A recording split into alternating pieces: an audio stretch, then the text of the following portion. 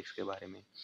तो देख सकते हैं सबसे पहले मैथमेटिक्स में हमें सबसे पहला चैप्टर आता है रियल नंबर। रियल नंबर के अंदर हमें इम्पोर्टेंट है यूक्लिड और एलसीएम एचसीएफ, जिसके अंदर से हमें 1 या 2 नंबर का क्वेश्चन बन जाते हैं एमसीक्यू या छोटे से क्वेश्चन में।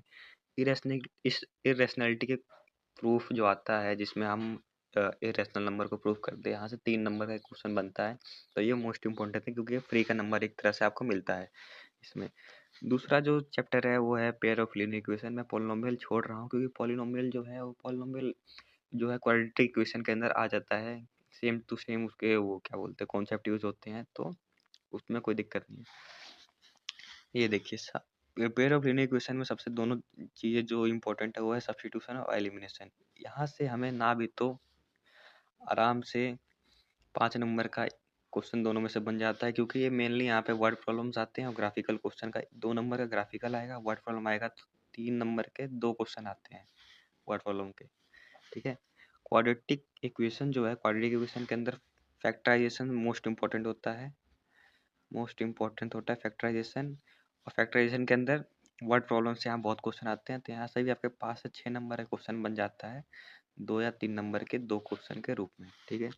एपी में फॉर्मूला बेस्ड आपको जो वो तीनों फॉर्मूला या 2 फॉर्मूला है एसएन और एपी का, वो आपको याद होना चाहिए और साथ ही साथ वर्ड प्रॉब्लम थोड़े बहुत सॉल्व करके जाइएगा।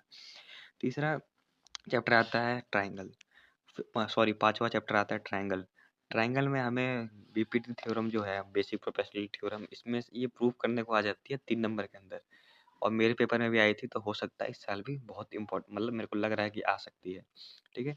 और जो इसमें ट्राइंगल में जो प्रूविंग वाले जो क्वेश्चन है, मतलब ये ट्राइंगल को इस ट्राइंगल के सिमिलर प्रूव करो या फिर वो सिमिलर प्रूव करने का जो क्वेश्चन आते हैं, उसमें से एक 5 नंबर का क्वेश्चन हर साल आता है, तो आप इसको अच्छे से करके जाइएगा। अगला चैप्टर आता है हमारे पास कोऑर्डिनेट ज्योमेट्री। कोऑर्डिनेट ज्योमेट्री के अंदर जो सेक्शन और डिस्टेंस फार्मूला, यहाँ से एक 3 नंबर का एक क्वेश्चन आता है, और एरिया ऑफ ट्राइंगल से 2 मार्क्स का एक डायरेक्ट क्वेश्चन आता है, वो हर साल आता है हर पेपर में, तो आप इसे छोड़ के नहीं जाइएगा। अगला हमारे पास चैप्टर आता है ट्रिग्नोमेट्री, जिसके अंदर 2 चैप्टर हैं, एक तो ट्रियो है और दूसरी है एंगल हाइट एंड डिस्टेंस वाली। तो ट्रिग्नोमेट्री में सबसे ज़्यादा इंपॉर्टेंट होता है प्रूफ। दो तीन नंबर का 2-3 क्वेश्चन आते हैं प्रूफ का, जैसे कि सेक थीटा को 1 minus tan theta 1 minus sec square theta को 1 माइनस टेन स्क्वायर थीटा के बराबर प्रूफ करने वाले क्वेश्चन जो होते हैं वो।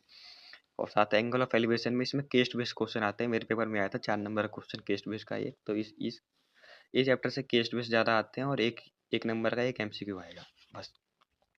सर्कल चैप्टर में टेंजेंट प्रूव करने का जो सबसे पहला जो थ्योरम है 10.1 समथिंग है, 9.1 अब चैप्टर कटे हैं इसकी वजह से शायद हो सकता है।